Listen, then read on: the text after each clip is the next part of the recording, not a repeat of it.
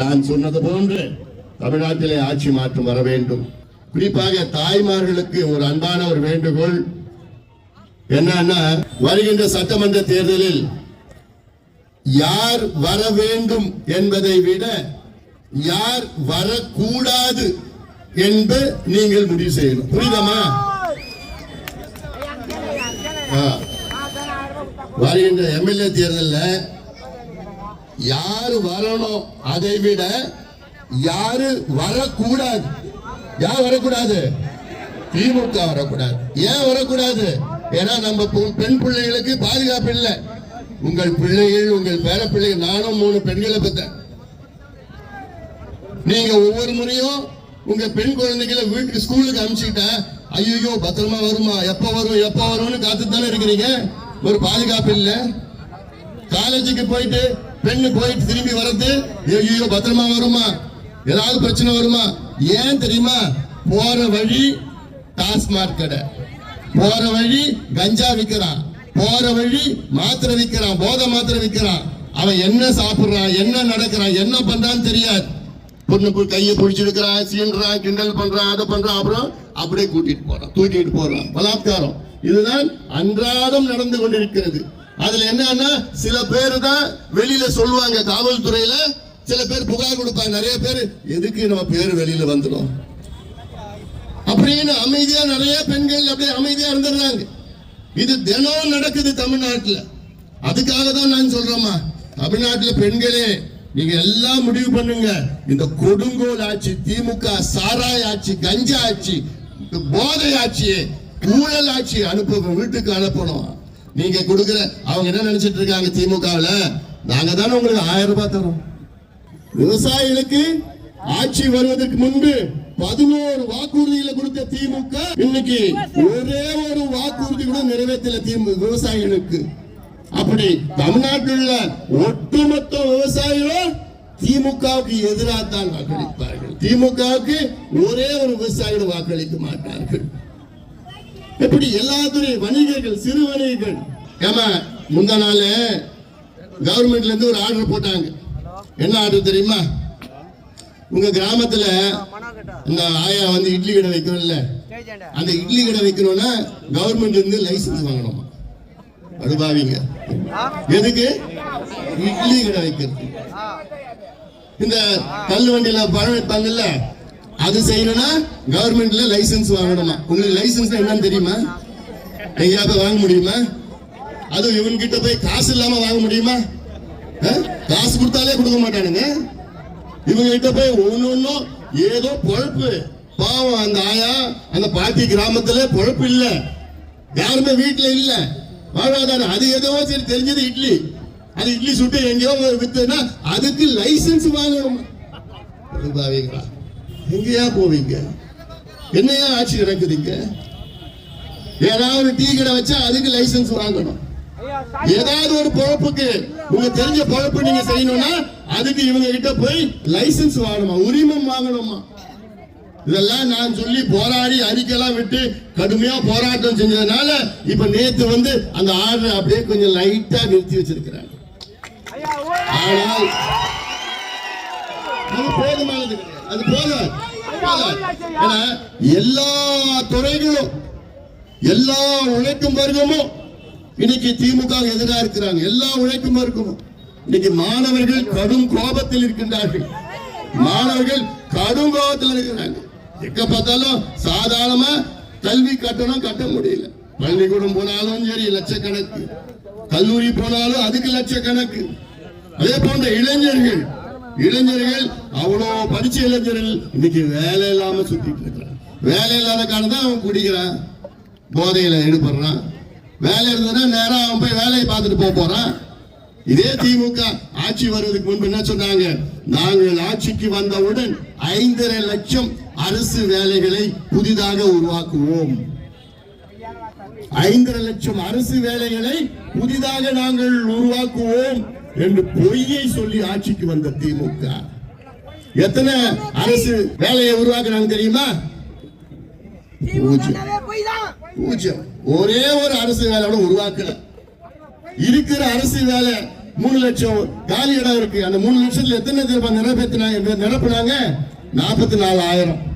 அந்த 44,000ல 15,000 வேலைகள் வந்து தற்காலிகம், 29,000 தான் அது பர்மனன்ட்.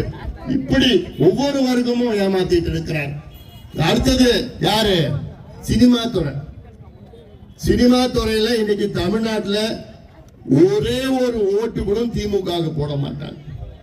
எத்தனை பேருக்கு தெரியுமா? தெரியும், எனக்கு தெரியும்.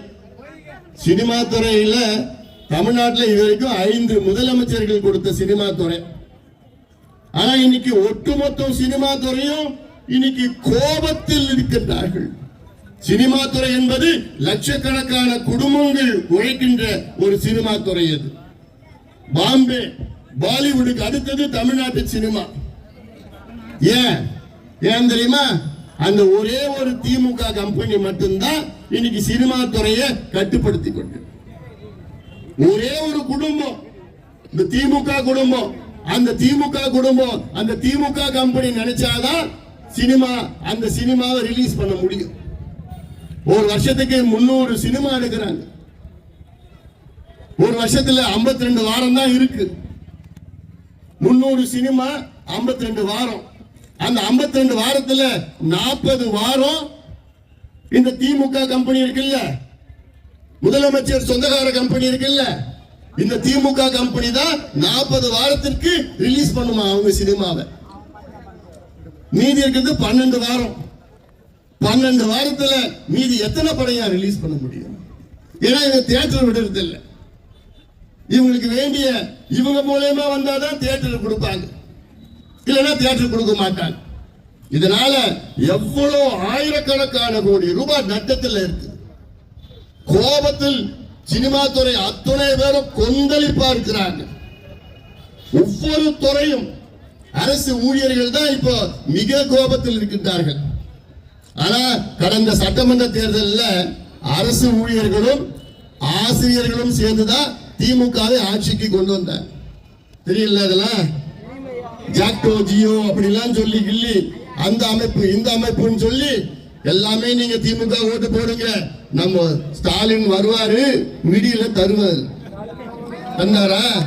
நாமத்தை போட்டார், நாமத்தை போட்டார், போட்டார் பாரு ஒரு நாமம்.